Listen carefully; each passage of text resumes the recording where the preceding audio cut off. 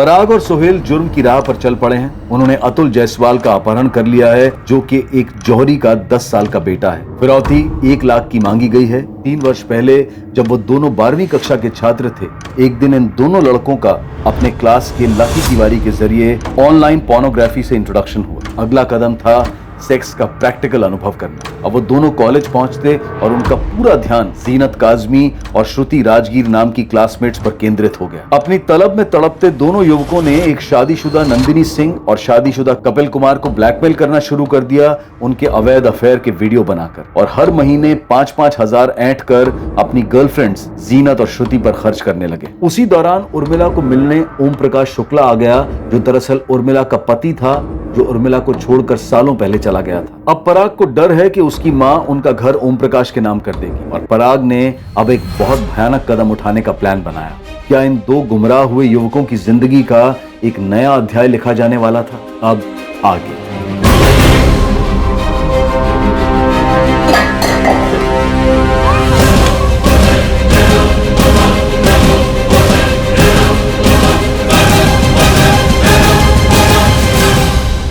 मर गई।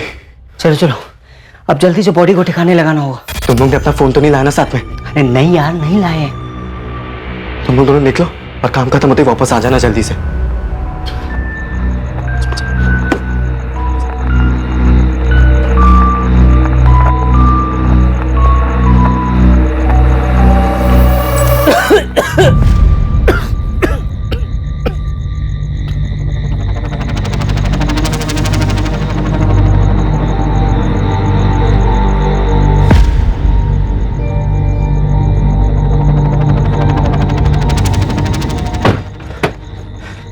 अच्छा सुनो, वो सीसीटीवी वाले रास्ते से ना बिल्कुल भी मत जाना।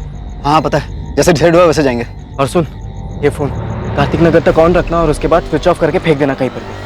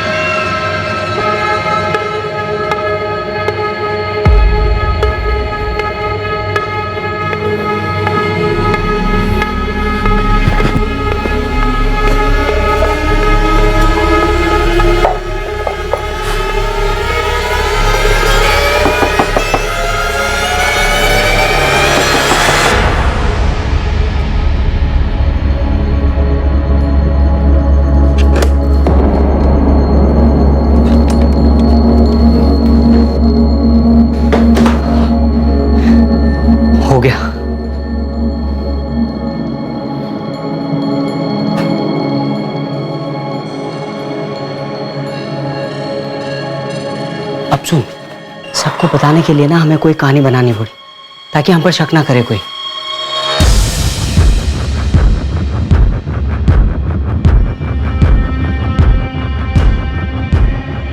पराग, मूड बना मूड। तू परेशान है, तू बहुत परेशान है। तू हर जगह ढूंढ आया है, तू ठीक से सोया भी नहीं है, तेरी लगी पड़ी है। सर, कल रात 11:30 के आसपास अचानक माँ ने मुझसे कहा कि वो कहीं जा रही है। कहाँ जा रही? मैंने उनसे पूछा, लेकिन उन्होंने मुझे जवाब नहीं दिया। वो कह रही थी कि कुछ काम है तू सो जा। मैं सो गया सर, फिर अचानक 12:30 पौने के आसपास मेरी आँख खुली। मैंने देखा कि माँ अभी तक वापस नहीं लौटी थी, तो मैंने उन्हें फ़ोन करने की कोशिश की, लेकिन उनका फ़ोन बंद आ रहा था। अगर गई हैं तो इतनी रात को कहाँ जा सकती? सर नहीं पता, पर माँ बहुत परेशान लग रही थी। क्यों क्यों परेशान थी? माँ कभी अपनी परेशानियों के बारे में मुझे बताती नहीं है। वो मुझे सिर्फ एक ही बात कहती है कि तू बस अपना पढ़ाई कर। तुम्हारे पास हाल फिलहाल की कोई फोटोग्राफ है तुम्हारी मम्मी की? मैं आपको फॉरवर्ड कर देता हूँ आपका नंबर। पराग, देखो तुम्हारी माँ एक अडल्ट है, थोड़ा टाइम देते हैं, हो सकता है कि वो खुद से वापस आ जाए। लेकिन सर पहले वो अचानक ऐसे कहीं पर भी नहीं गई है, वो भी इतनी रात गए। समझ रहा हूँ, लेकिन थोड़ा टाइम देते हैं। तुम घर जाओ और एक काम करो, अपने मोहल्ले वालों से पता करो, रिश्तेदारों में पता करो। सर मैंने सबसे पूछा, किसी को कुछ नहीं पता है। माँ की किसी से बात ही नहीं हुई थी इस बारे में। ठीक है, हम कुछ करते हैं। सर प्लीज थोड़ा जल्दी कीजिए।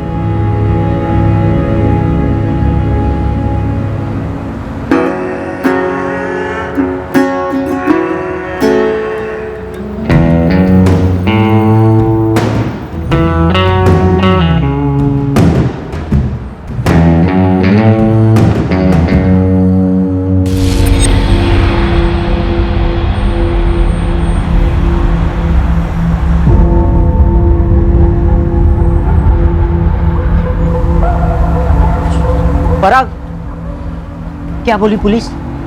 ऐसे कैसे किसी को मिलने चली गई उर्मिला? बाकी माँ कुछ बता ही नहीं। मुझे तो कुछ समझ में ही नहीं आ रहा है कि कहाँ गई है, किससे मिलने गई है। इतनी रात को जब तेरी माँ जा रही थी तो तू क्यों नहीं गया उनके साथ? मैंने 2 बार कहा माँ को कि मैं भी चलता हूँ, लेकिन उन्होंने मना कर दिया। कह रही थी कि किसी से अकेले मिलना है, काम निपटाते ही वापस आ जाएगी। ऐसा क्या निपटाना था इतनी रात, वो भी अकेले? सुनील मुझे क्या पता, मुझे तो घबराहट हो रही है, जान निकली जा रही है मेरी।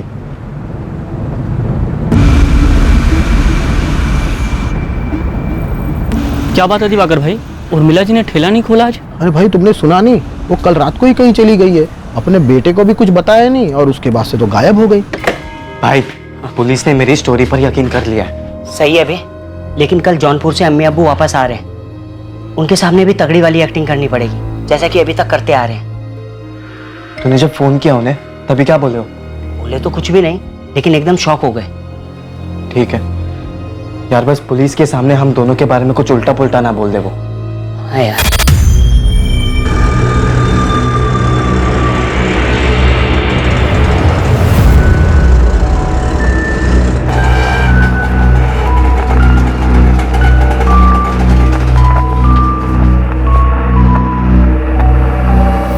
तुम चलो मैं आता हूं।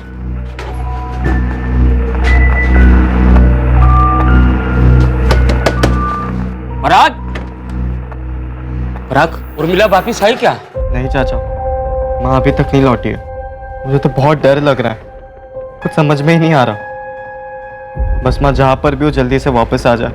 पराग और मैं 4 चक्कर काट चुके हैं थाने के, पुलिस वाले कह रहे ढूंढेंगे ढूंढेंगे ढूंढेंगे, उसके आगे कुछ बोल ही नहीं रहे। लेकिन उर्मिला इतनी रात गए अकेले, कुछ सही नहीं लग रहा है मुझे। सही नहीं लग रहा मतलब?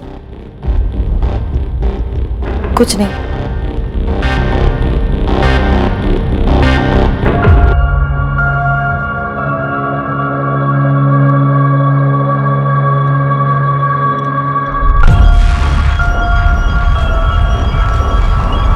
तूने ढंग की एक्टिंग की है ना पुलिस वालों के सामने?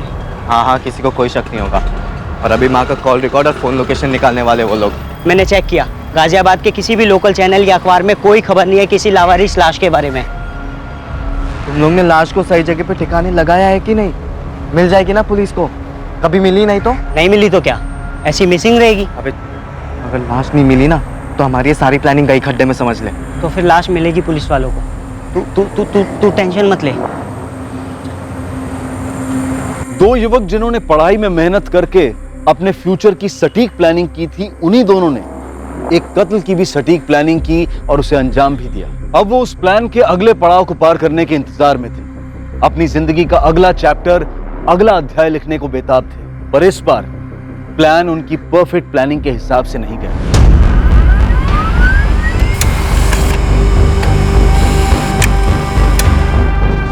हाँ गुरनीत, फोटोग्राफ मिल गया। दीपक वही लगती है जिसका फोटो तुमने भेजा था। हाँ, ये उर्मिला शुक्ला की बॉडी। 2 दिन पहले 22 जून को एक सफाई कर्मचारी को एक कचड़े के ड्रम में लाश मिली थी। सर, ऐसे यहाँ पे कुछ नहीं मिला जिससे बॉडी की पहचान हो सके। पूरा एरिया स्कैन किया हमने, हमें और कोई सुराग नहीं मिला। फिर हमने उस लाश को मॉर्ग भेज दिया। उर्मिला शुक्ला की मिसिंग कंप्लेंट दर्ज हुई थी 22 जून को और वो अपने घर से 21 जून की रात को निकली थी, शायद किसी से मिलने के लिए, तभी से गायब थी। सुनिए, ये निपटाना है, क्या निपटाने गई होगी उर्मिला? मुझे लगता है ये मसला उसके घर को लेकर कुछ होगा। अम्मी अब्बू, पराग को पुलिस का फोन आया था। उन्हें क्या हुआ? खबर मिली उर्मिला की? गाजियाबाद में लाश मिली है।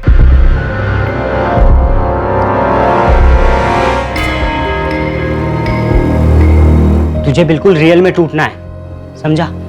आंसू आंसू निकाल भर भर के, लगना चाहिए तेरी माँ मरी है माँ। तुझे बहुत जबरदस्त एक्टिंग करनी पड़ेगी दोस्त। हाँ कर लूंगा, और फिर जब वो पूछेंगे कि शक किस पर है तो ये भी बता दूंगा कि हमें किस पर शक है। हम कौन बे? तुझे शक है, तू ऐसा बोलेगा। देख, मुझे ना बेकार में बीच में मत घसी। अबे सोहेल, लेकिन हम दोनों एक साथ है ना। हाँ है, लेकिन हम बोलकर उन्हें क्यों लीड दे रहा है? और देख, नाम भी तब लेना जब वो पूछेंगे, खुद से कुछ भी मत बोलना, कुछ भी नहीं। चल अब जा, मैं भी जाता हूँ, अम्मी अब्बू को बताता हूँ लाश के बारे में। तेरा भाई भी ना टॉप की एक्टिंग कर लेता है। पराग, सो श्रुति ने तुझे डिच किया किसी और के लिए, तुझे छोड़कर चली गई किसी और के साथ। फील कर, अंदर से आंसू आने दे, गुस्सा दुख सब फीलिंग डाल दे एक साथ।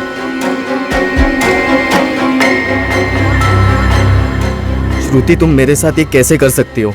कैसे? कौन है वो? सो चुकी हो उसके साथ? धोखा दे रही हो मुझे?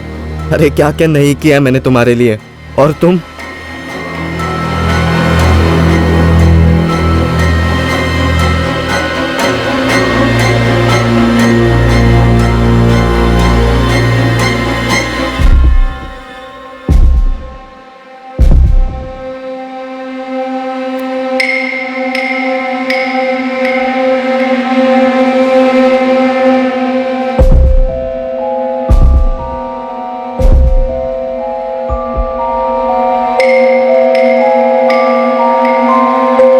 ये तुम्हारी माँ है ना पराग? पराग,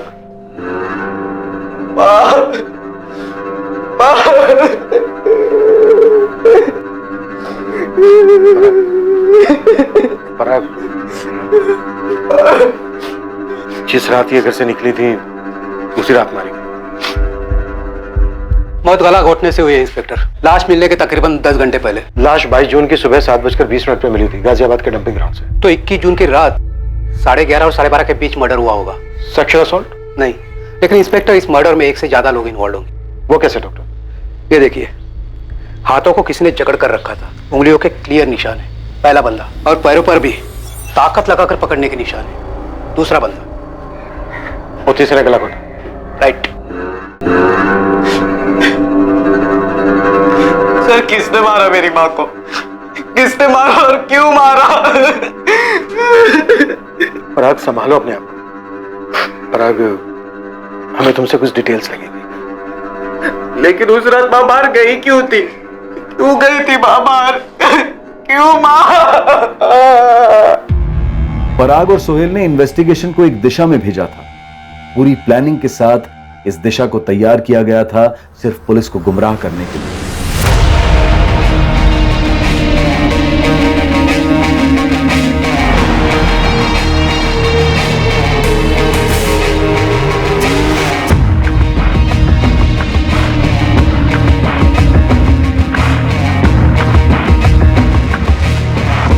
प्लानिंग काफी बारीकी से की गई, सटीक हुई थी, पर उतनी भी नहीं कि इन दोनों लड़कों के चरित्र पर और उनके इरादों पर शक और सवाल कभी नहीं उठते।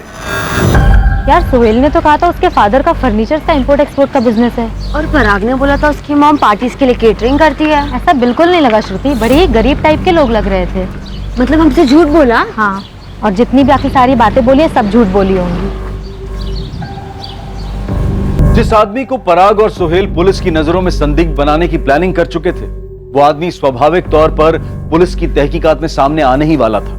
तब जब पुलिस उर्मिला का बैकग्राउंड चेक करती, उसके मूवमेंट्स ट्रैक करती। उर्मिला शुक्ला का फोन रात तकरीबन 12:15 बजे स्विच ऑफ हुआ था, कार्तिक नगर में। ये अपनी दिल्ली वेस्ट वाला कार्तिक नगर? हाँ सर, वही। उर्मिला कार्तिक नगर में किससे मिलने गई होगी और क्यों?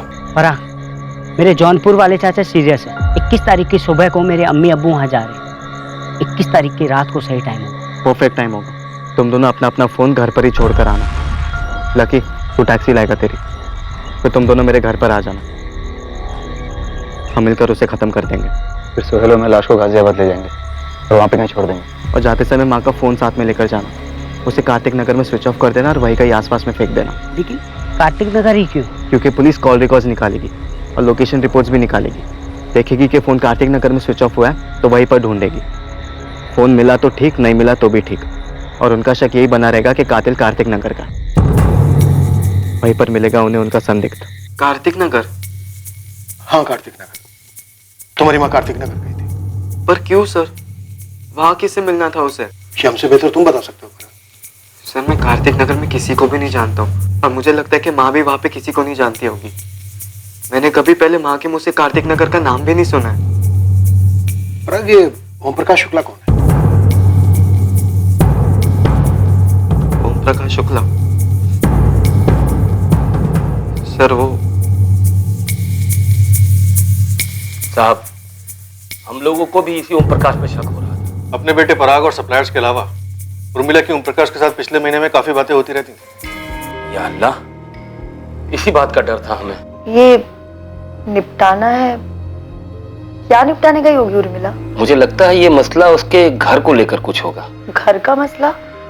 पर कैसे? कैसे मतलब? देखा नहीं तुमने? जब से ये ओम प्रकाश लौटा उर्मिला की जिंदगी में, कैसा बखेड़ा खड़ा कर रहा है। ओम प्रकाश उर्मिला का शौहर है, पर सालों पहले उसे छोड़कर चला गया था। ये ओम प्रकाश कार्तिक नगर में ही रहता है। ओम प्रकाश शुक्ला? सर, वो मेरा ऐसा बाप है जिसने ना कभी अपनी जिम्मेदारियां निभाई, ना कभी प्यार दिया। वो ऐसा पति है जिसने अपनी पत्नी को, मेरी माँ को छोड़ दिया, ठुकरा दिया सर। और वहीं पे मिलेगा उन्हें उनका संदिग्ध, ओम प्रकाश शुक्ला। वाह भाई वाह, हमें सीधा स्टेडियम के बाहर मारा बे। इस आदमी ने मारा है मेरी माँ को। ओम प्रकाश शुक्ला ने मारा है शायद, लेकिन क्यों मारा? कोई कारण था माने जैसा? उर्मिला और ओम प्रकाश के बीच कुछ मसला था? आप लोगों ने उसका नाम क्यों लिया? क्योंकि वो उर्मिला को परेशान करने लगा था। उसकी नजर घर पर थी, घर हड़पना चाहता था। तुम्हारे यहाँ आने का कोई फायदा नहीं है, आइंदा मत आना। कोई खुशी खुशी नहीं आ रहा हूँ, ना तो मैं दुखी करने आया हूँ। मैं तकलीफ में हूँ उर्मिला। घर बेच देते हैं, आधा आधा कर लेंगे। मुझे ये घर बेचना ही नहीं है। जब हम लोग अलग हुए थे ना, तो मैंने तुम्हें घर दिया था रहने के लिए। कोई नाइंसाफी नहीं की थी तुम्हारे साथ। आज जब मुझे पैसे की जरूरत है तो तुम मदद करने से इनकार कर रही हो। तुम नाइंसाफी नहीं कर रही हो मेरे साथ? नाइंसाफी? मैं कर रही हूँ नाइंसाफी? और तुमने जो किया था वो इंसाफ था। बहुत अच्छे, मुझे मरने के लिए अकेला छोड़ गए थे, वो इंसाफ किया था तुमने। है, रहने दो इन सब बातों को। ये घर अब तुम्हारा नहीं है, ये घर मेरा और मेरे बेटे का है। इस घर पर और हमारी जिंदगी पर अब तुम्हारा कोई हक नहीं। मैं कहाँ जाऊंगा उर्मिला? यही पूछा था ना मैंने तुमसे, गिड़गिड़ाया भी था जब तुम उस रेशमा के पास चले गए थे। वो तुम्हें वो दे सकती है जो मैं तुम्हें कभी नहीं दे सकती ना। यही कहा था ना जाते जाते तुमने। तो अब जाते जाते ये भी सुन लो, मैं तुम्हें जो नहीं दे सकती ना, वो ये घर है। जाओ यहां से वापस।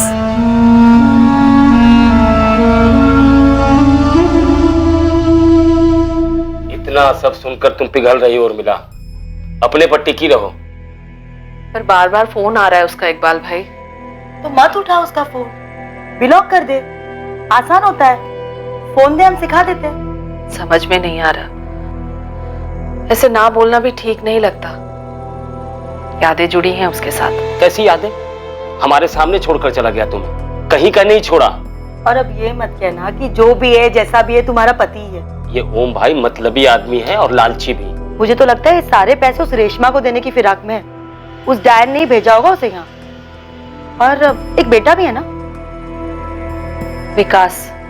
अब ये रेशमा और विकास के चक्कर में ओम भाई फिर से तुम्हारी जिंदगी का सत्यानाश करने आ गए। खुद के बारे में सोचो उर्मिला, खुद के। और अपने साथ अपने बेटे पराग की। ठीक है? असर नहीं हुआ होगा हमारे नसीहतों का, बहक कर चली गई होगी ओम के पास। वैसे घर के कागजात ओम भाई के नाम पर थे, हो सकता है उर्मिला ने कुछ ज्यादा मांग लिया हो, इसीलिए मार डाला होगा उर्मिला को ओम भाई ने। पराग, पराग बेटा, अरे पराग? सुनो तो। पराग, पराग टूट सा गया है बेचारा।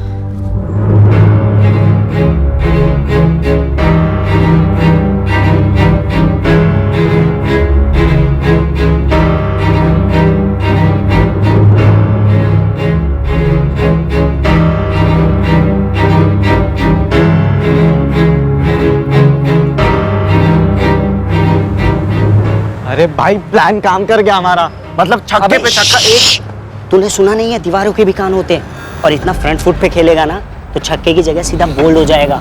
अबे कुछ नहीं होगा, चल। कैरेक्टर में रह भाई, तू टूटा हुआ है, तेरी माँ मरी है, मर्डर हुआ है उसका।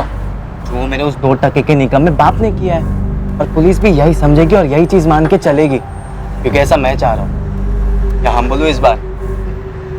तू बोल, मैं बोल, हम बोल, कुछ भी बोल बेटा, अगर तू फंसाना तो मैं भी फंसूंगा, और वो लकी भी। अरे अब कौन फंसाएगा हमें? वही जिन्हें फंसाने में हमने पूरा 1 साल लगा दिया और पैसे एकदम पानी की तरह बहाया है। तेरी जीनत और तेरी श्रुति। हेलो हेलो, माना हम लोगों ने सफ़ेद झूठ बोला है तुमसे, लेकिन वो पूरी तरह झूठ भी तो नहीं है ना। मैं कारपेंट्री की एक्सपोर्ट इंपोर्ट करूँगा, पराग रेस्टोरेंट खोलेगा, टॉप क्लास की पूरी चेन। वो सब ठीक है, लेकिन अभी तुम दोनों क्या हो, हमने अपनी आंखों से देख लिया है। क्या है? हाँ, चोर लुटेरे डकैत हैं, सिर्फ गरीब है ना, मेहनत करने वाले ईमानदार गरीब। सिर्फ इस वजह से तुम हम लोगों को छोड़ कर जाओगी, नीचा दिखाओगी हमारे माँ बाप को। हमारा ये मतलब नहीं था, हम किसी को भी नीचा नहीं दिखाना चाहते। हमें बस ये जानना है कि तुम दोनों ने हम पर आज तक जितना भी पैसा खर्चा किया है, खास करके डीटी रिसोर्ट पर, वो आए कहाँ से? तुमने मुझसे कहा था कि तुम्हारे अब्बू के फर्म में तुम्हें अलावेंस मिलता है, वो झूठ था। तो सच क्या है सोहेल, हमें जानना है। मैं आज ही पराग से जाकर पूछूंगी। अरे रहम करो यार उस बेचारे पे, वो अपनी माँ के मौत के गम में वैसे ही चूर चूर है। वो सब हम समझ रहे हैं, इसलिए तुम दोनों से आज तक कुछ नहीं पूछा, पर अब हमें डाउट हो रहा है। डाउट हो रहा है? कैसा डाउट? यही कि तुम दोनों के पास जो पैसे आते थे वो गड़बड़ वाले पैसे थे, और हमें किसी भी तरह के गड़बड़ में इन्वॉल्व नहीं होना है, और खास करके तब जब पराग की मॉम का मर्डर हो चुका है। लेकिन उसका हम लोगों के रिलेशनशिप से क्या मतलब? सोहेल, रिलेशनशिप जो झूठ की नींव पर खड़ी हो वो रिलेशनशिप ही नहीं होती। अरे इतनी भी क्या चर्बी चढ़ गई है उन्हें? जब पैसे खर्च कर रहे थे तब तो कुछ नहीं बोले, अब अचानक से प्रॉब्लम कहाँ से आ गई? मेरे बाप की लौंडिया है ना। अबे माँ ने एफडी की है पूरे 2.5 लाख रुपए की, जो अब मेरे नाम पे होने वाली है। और वो दिवाकर है ना मेरे दुकान के बगल में चाय वाला, उसने बोला कि ठेला वो संभाल लेगा। अभी महीने के 10,000 रुपए देने को तैयार है वो। हालांकि जिंदगी अभी सेट होने वाली थी और इन्होंने नौटंकी शुरू कर दी। देख, मैं समझा तो देता, पर उन्होंने तेरे माँ की मर्डर की बात शुरू कर दी, तो मैंने कुछ ज़्यादा बोला नहीं। पर पराग, पुलिस हम पर शक करते करते जीनत और श्रुति के पास पहुंची, और उन दोनों ने हमारे खर्चे और हमारे झूठ के बारे में उल्टी कर दी, तो अपना वो चैप्टर खुलेगा जो आउट ऑफ सिलेबस हो चुका है। यार सोहेल डरा मत तू अभी प्लीज। मैं डर रहा हूँ तो तू क्यों नहीं डरेगा? और वैसे भी यहाँ सिर्फ यही प्रॉब्लम थोड़ी ना है। और क्या प्रॉब्लम है? लक्की, बहुत दिमाग चाट रहा है वो आजकल मेरा।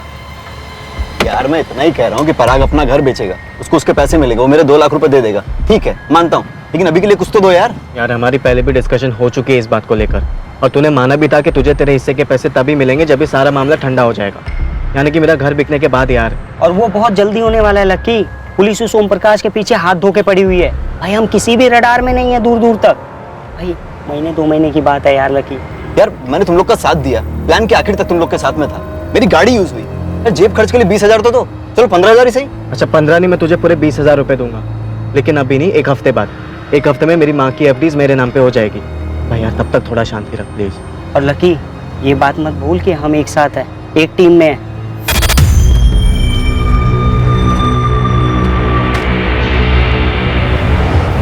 पराग इधर आ। तेरे बाप को पुलिस पकड़ेगी और तबीयत से तोड़ेगी, और अगर उसने नहीं किया है, जो कि हम जानते हैं नहीं किया है, तो वो कबूल नहीं करेगा और पुलिस समझ जाएगी कि कातिल वो नहीं है। तो तू कहना क्या चाहता है? यही, पुलिस तब दूसरे एंगल से सोचना शुरू कर देगी। पराग को इन सब चीज़ों के लिए तैयार रहना चाहिए, गवाहों, सबूतों, सवालों सबके साथ। इससे पहले कि पुलिस खोदते खोदते पराग तक पहुंचे, इसे रेडी रहना होगा।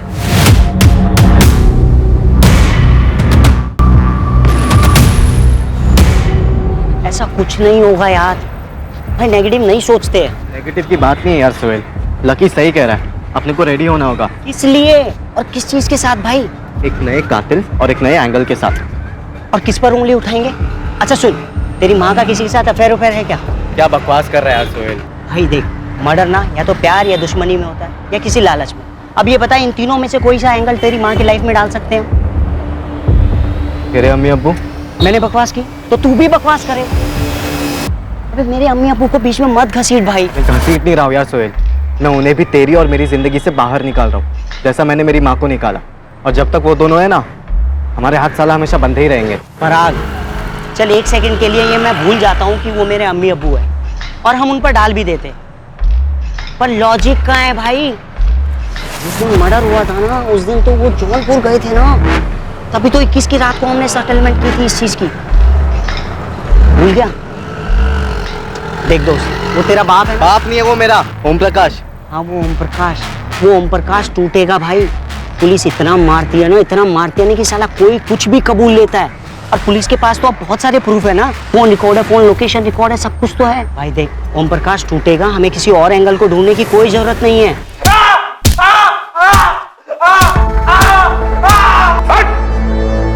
कौन ओम प्रकाश? कैसे मारा अपनी पत्नी उर्मिला को? बात तो सुनो साहब। वो थक के हार के कबूल करेगा ही करेगा। हाँ मैंने मारा साहब, मैंने मारा। क्यों मारा ये बोल? क्योंकि साहब वो ना घर नहीं बेच रही थी और नहीं मुझे पैसे दे रही। पॉजिटिव सोच, पॉजिटिव, नेगेटिव को दिमाग में आने ही मत दे। क्या बोल रहा है? हाँ बोल हाँ, वो भी एकदम कॉन्फिडेंस के साथ। देख दोस्त, इस मर्डर की स्क्रिप्ट हमने खुद लिखी है और सही लिखी है, और जैसा लिखा है वैसा वैसा हो रहा है और आगे भी वैसा ही होगा। बस तू कॉन्फिडेंस के साथ रह, क्योंकि कॉन्फिडेंस ना बहुत कुछ होता है दोस्त।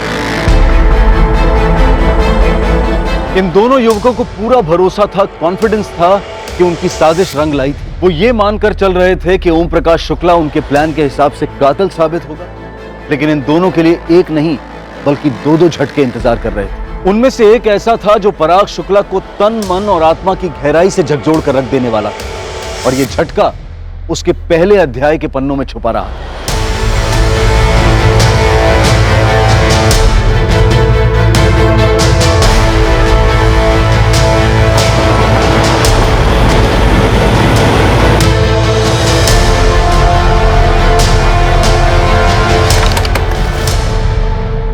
ओम प्रकाश शुक्ला यहीं रहता है? क्या चाहिए आपको? ओम प्रकाश चाहिए। ये कब हुआ? 1 हफ्ते पहले, 20 जून को।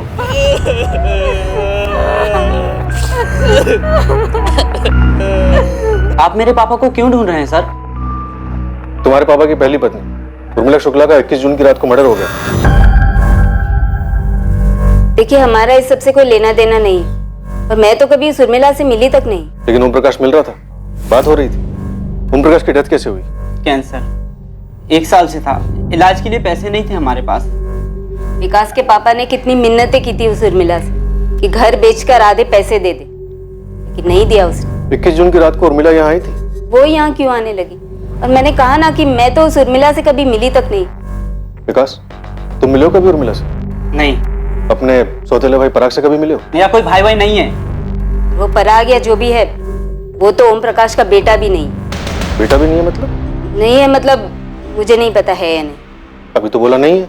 देखिए, जब मैंने ओम प्रकाश से शादी की थी, उसने मुझे कहा था कि उसकी एक पत्नी थी जिसे उसने छोड़ दिया। कोई बेटे बेटे की बात नहीं हुई थी कभी। अगर 20 जून को ही मर गया था ओम प्रकाश, तो वो हमारा सस्पेक्ट नहीं हो सकता। हाँ सर, लेकिन मेन बात यह है कि उर्मिला कार्तिक नगर क्यों आई थी और किससे मिलने वाली?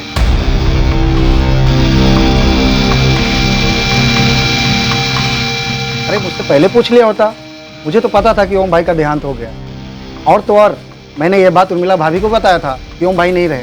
क्या उर्मिला को पता था? हाँ, मुझे जैसे ही पता चला कि ओम भाई का देहांत हो गया, मैंने उर्मिला भाभी को फोन भी किया था। पर हमें तो कुछ नहीं बोला उसने। हम लोग गांव जाने की तैयारी में थे, शायद इसलिए नहीं बताया होगा।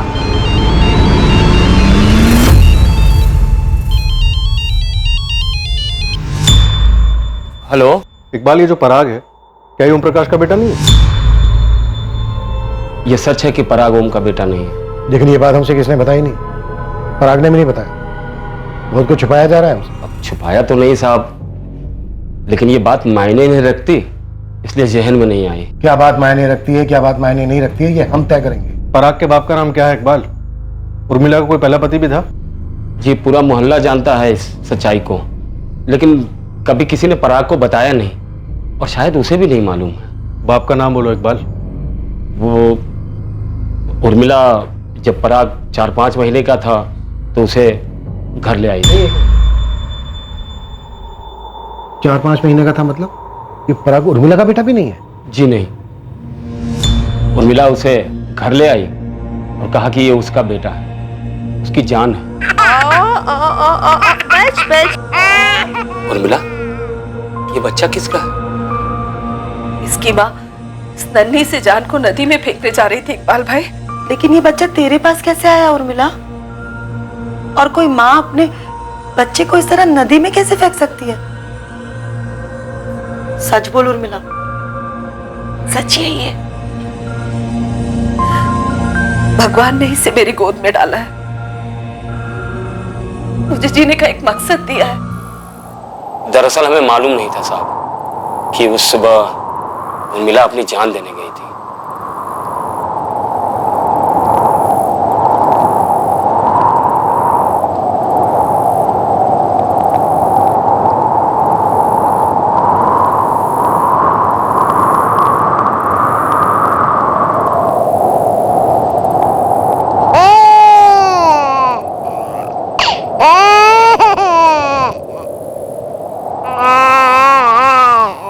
दोनों ही बहुत डरे हुए थे।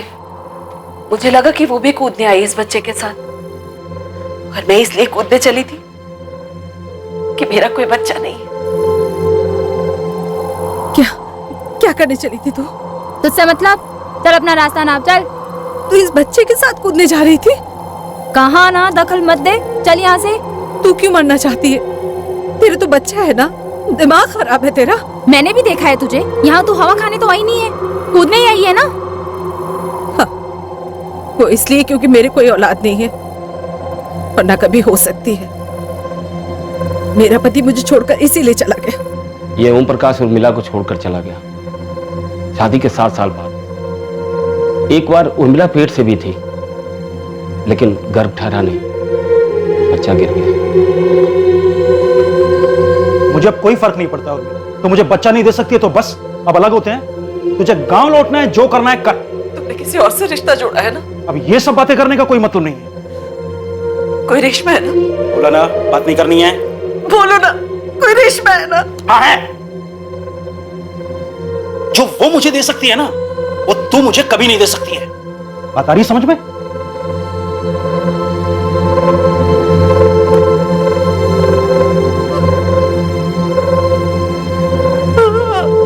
पर वो औरत खुद नहीं कूदने वाली थी, बल्कि इस मासूम को नदी में फेंकने आई थी।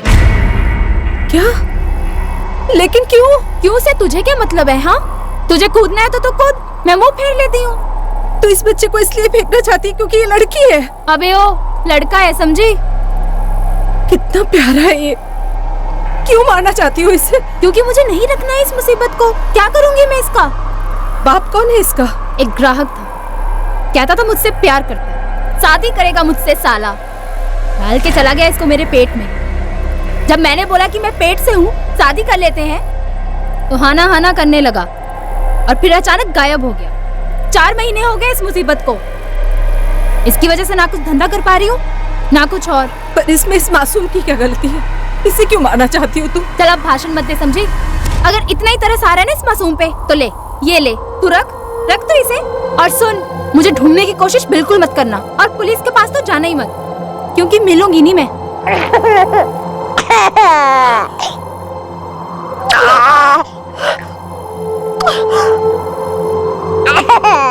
सोच रुखसाना, मैं कूदने गई थी और वो इस बच्चे को फेंकने आई थी, एक ही समय पर। ये भगवान की लीला नहीं तो और क्या है इकबाल भाई? उर्मिला ने उस बच्चे का नाम पराग रखा और खुद की औलाद की तरह प्यार किया, पढ़ाया लिखाया और बड़ा किया। इकबाल, ओम प्रकाश उर्मिला से एक दिन पहले ही मर गया। तो उर्मिला को किसने मारा और कौन हो सकता है? समझ में नहीं आ रहा साहब। हम सोचते थे कि ओम भाई ने उसे घर के लिए मारा होगा, और किसी से तो उसका बैर ही नहीं था। दिन रात मेहनत करती थी, एक एक पैसा जुटाती थी, और पराग में तो जान अटकी थी उसकी।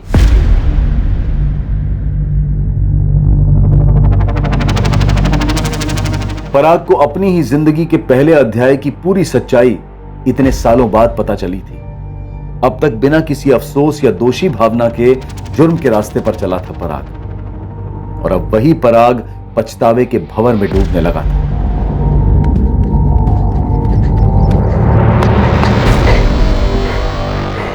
कहाँ था बे? और तेरा फोन भी ऑफ है।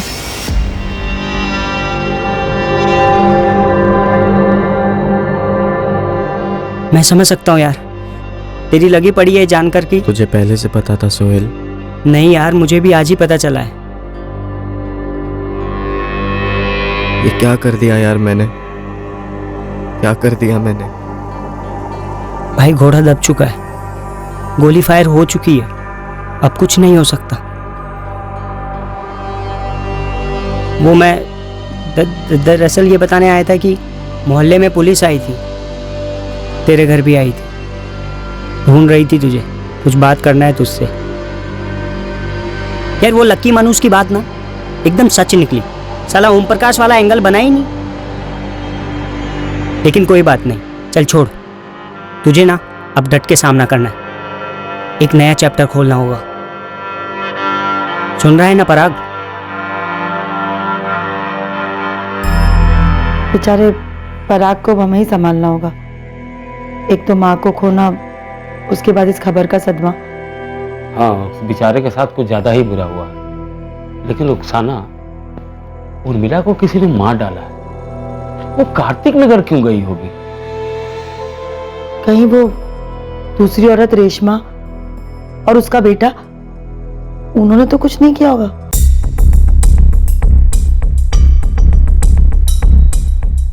जाहिर तौर पर पुलिस को भी रेशमा और विकास पर शक हुआ, पर साफ तौर पर इन्वेस्टिगेशन में उनके खिलाफ कुछ मिलने वाला नहीं था जिससे पुलिस उर्मिला के कत्ल से उन्हें जोड़ पाती। दरअसल ओम प्रकाश की बीमारी से मौत होना पराग और सोहेल के प्लान को भंग कर गया था। पराग, हमने रेशमा और उसके बेटे विकास को काफी खबर दी, लेकिन इस बात की पूरी संभावना है कि तुम्हारी माँ के कातिल नहीं। तो फिर और कौन हो सकता है पराग? तुम्हारी माँ का कार्तिक नगर जाने का क्या कारण था? ओम प्रकाश तो एक दिन पहले ही गुजर गया था और तुम्हारी माँ को इस बात की पूरी जानकारी थी। पराग, तुम्हारी माँ उस रात को घर से निकली भी थी या नहीं? निकली थी। किससे मिलने? मैं आपको पहले भी बता चुका हूं, उसने मुझे कुछ नहीं बताया। एक नहीं, दो थे, शायद तीन थे हत्यारे। और अब तुम वाकई में चाहते हो ना तुम्हारी माँ के हत्यारे पकड़े जाएं? तो फिर ऐसे चुप रहने से कुछ नहीं होगा। तुम्हारी माँ अपने पति ओम प्रकाश के अलावा किसी बाहर वाले के साथ टच में नहीं थी। इकबाल और रुखसाना हो नहीं सकते क्योंकि वो दिल्ली में ही नहीं थे। तो फिर और कौन हो सकता है? मुझे नहीं मालूम सर। इतने सालों का मेरा तजुर्बा और इस केस की हकीकत यही कहती है कि उस दिन तुम्हारी माँ कार्तिक नगर गई नहीं, लेकिन हाँ, तुम्हारी माँ का फोन जरूर कार्तिक नगर गया था। मेरा मतलब फोन को कार्तिक नगर भेजा गया था हमें गुमराह करने के लिए। उसके बाद तुम्हारी माँ की लाश को गाजियाबाद फेंक दिया गया ताकि हमें लगे कि ओम प्रकाश ने तुम्हारी माँ का कत्ल किया है। उसके बाद लाश को ठिकाने लगा दिया। कातिल 2 या 3 जितने भी थे जिन्होंने साजिश रची, इतना पक्का है कि उन्हें इस बात का पता नहीं था कि ओम प्रकाश एक दिन पहले ही गुजर गया। इकबाल और रुखसाना हो नहीं सकते, क्योंकि अगर वो होते तो उनके कॉल रिकॉर्ड्स में कम से कम एक कॉल तो होता, लेकिन ऐसा कोई कॉल नहीं है। तो क्या इतनी रात को तुम्हारी मां अचानक खुद से उठ के कार्तिक नगर चली गई? पराग, कुछ गड़बड़ नहीं लग रही तुम्हें सब में?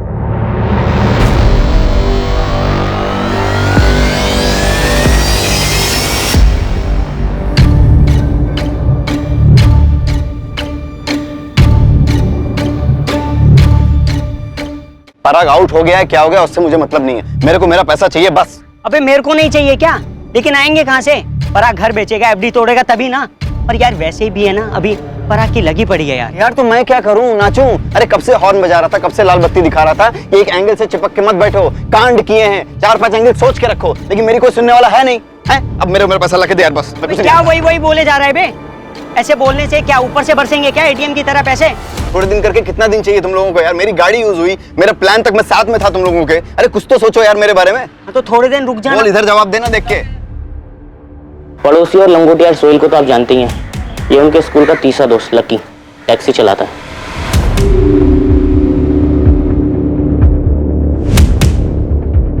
पराग सुन, अपने मोहल्ले के शरद काका है ना, उन पर डाल देते इल्जाम।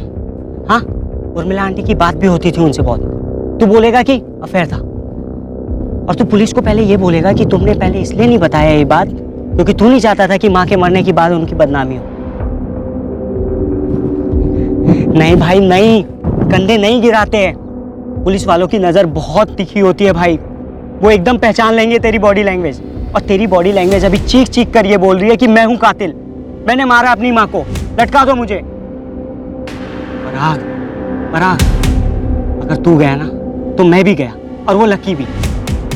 हिम्मत से काम ले, हिम्मत से काम ले। जो हो गया सो हो गया, वो नहीं बदला जा सकता। अब अपनी जिंदगी जीनी है आगे। काफी टेंशन लग रही थी दोनों के बीच में, जरूर कुछ पकाया था इन्होंने। ये सोहेल की गर्लफ्रेंड जीनत और पराग की गर्लफ्रेंड श्रुति मर्डर से पहले काफी फेमस थे कॉलेज में, मर्डर के बाद ब्रेकअप समझो। मुद्दा पराग की माँ के मर्डर का है। ये उर्मिला घर नहीं होगी, कार्तिक नगर पहुंची नहीं होगी, सब प्लानिंग है। सही गणित लगाया साहब, शायद यही नतीजा सही है।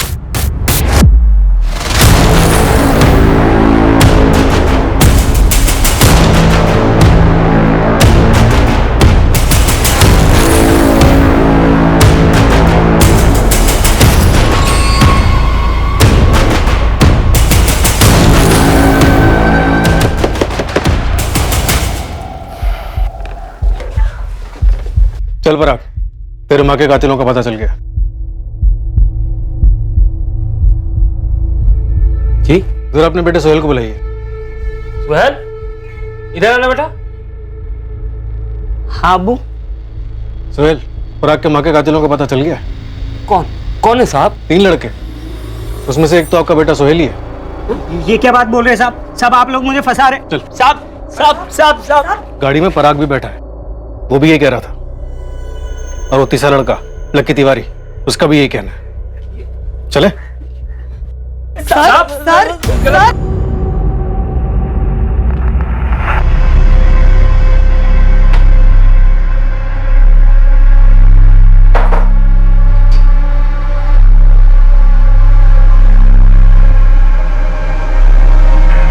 चल चल चल चल, सीधा खड़ा रहे।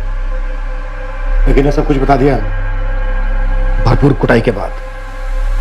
अब तुम दोनों ये डिसाइड कर लो कि ऐसे ही बताना है या फिर तुम दोनों को भी कुटाई चाहिए। मेरी माँ का मर्डर मैंने किया। क्यों? वो घर बेच के सारा पैसा उस ओम प्रकाश को देना चाहती थी। वही बेटा है ना जिसे अब तक संभाला मैंने, बड़ा किया। तू भी वही माँ है ना जो मुझे बोलती थी कि मेरा बाप एक बहुत भला और नेक इंसान है जो चल बसा। तू ही सोचना, झूठ बोलना और छुपाना किससे सीखा है मैंने? सोच। पराग, एक बात कान खोलकर सुन ले। मैं ये घर बेचकर आधे नहीं पूरे पैसे ओम प्रकाश को दे रही हूँ ताकि उसके इलाज में काम तो आए, और तुझे एक पैसा नहीं दूंगी, और तब तक नहीं दूंगी जब तक तू नहीं बताएगा कि तू और सोहेल करते क्या हो। इतना तो पता है मुझे कि तुम दोनों बहुत गलत कर रहे हो। अरे बदल गए हो तुम पराग। माँ हूं तुम्हारी, दिखता है मुझे। बोलो क्या करते हो तुम दोनों? आखिरी मौका दे रही हूँ, सच सच बताओ इतने पैसे कहां से आए, वरना मैं पुलिस में जाऊंगी।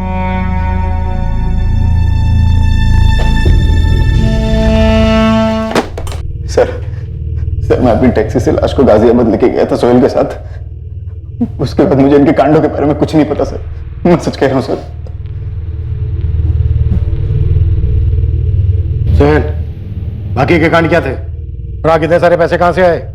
सोहेल, पराग, बताना तो तुम्हें पड़ेगा ही, वरना तुम्हारी हालत भी ऐसी होगी।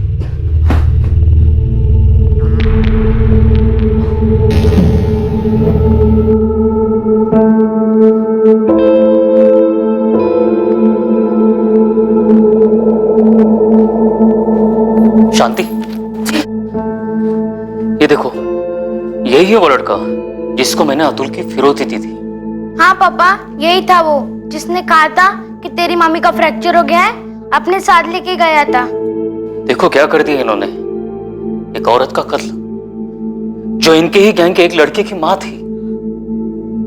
पराग और सुहेल के जुर्म का हर अध्याय खोला गया, जिसमें किडनैपिंग और ब्लैकमेल भी शामिल थे। उनके विक्टिम्स को भी झटका लगा जब उन्हें पता चला कि ये दोनों अब मर्डर कर चुके थे। इन दोनों से जुड़े सभी लोगों को इनकी हरकतों से घिन आई, खासकर उन दोनों को जो इन दोनों के काफी करीब आ गए थे और जिन पर खर्चा करने के लिए ये दोनों जुर्म के जरिए पैसा इकट्ठा कर रहे थे। पर सबसे बड़ा सदमा पराग और सोहेल के सबसे करीबी लोगों को लगा। इकबाल, हम कोई मनगढ़ंत कहानी नहीं सुना रहे, सबूत गवाह सब कुछ यही साबित कर रहे हैं। पराग, सोहेल और लकी इन्होंने कबूल भी कर लिया और हमने उन लोगों से भी बात की है जो पराग और सोहेल के ब्लैकमेलिंग और किडनैपिंग के विक्टिम थे। पर साहब, वो दोनों कत्ल नहीं कर सकते।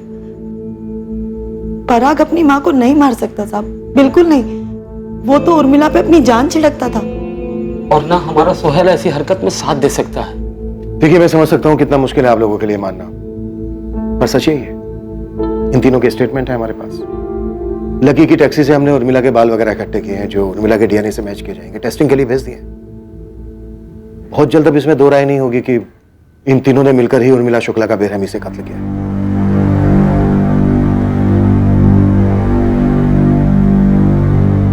जुर्म के सफर का यह आखिरी अध्याय कभी बदलता नहीं। जुर्म की राह पर चलने के पहले के सारे चैप्टर्स बदले जा सकते थे, अलग स्याही से लिखे जा सकते थे, लेकिन एक बार गुमराह होकर उन्होंने अपना रुख ही बदल दिया तो बस सड़क ही एक तरफा हो गई और जुर्म के पहले अध्याय ने ही आखिरी अध्याय को लिख दिया। Crime never pace. कुमार अवस्था कभी रुई जैसी नाजुक तो कभी ज्वालामुखी जैसी विस्फोटक होती है। शरीर में हार्मोन्स उधम मचाते हैं और बहुत ही स्वाभाविक और नेचुरल तौर पर टीनेजर्स को अपनी सेक्सुअलिटी को एक्सप्लोर और एक्सप्रेस करने की तीव्र इच्छा होती है। लेकिन इस दौर की हदें क्या है? वो कौन सा कदम लेने से पहले रुकना है जिससे खुद को और दूसरों को नुकसान और तकलीफ हो सकती है? इसे समझाना और टीनेजर्स को गाइड करना ये हम पेरेंट्स का दायित्व है, ड्यूटी है। वरना एक गलत कदम टीनेजर में सही और गलत को समझने की शक्ति को कमजोर कर सकता है। पराग शुक्ला, सोहेल कुरैशी और लकी तिवारी, इन तीनों को पराग की मां उर्मिला शुक्ला के कत्ल के इल्जाम में गिरफ्तार किया गया। बिना किसी गिल्ट के बिंदास जुर्म करते चले पराग को अब गहरा एहसास है, पछतावा है कि उसने एक ऐसी मां को मार डाला जिसने उसे मौत के मुंह से छीनकर अपनी पूरी जिंदगी से सींचा था। अब मैं अनूप सोनी आपसे विदा लेता हूं, फिर मुलाकात होगी। और याद रखिए, क्राइम और आपके बीच में सिर्फ इतना फर्क है कि आप कितने सतर्क हैं। सतर्क रहें, सुरक्षित रहें। जय हिंद।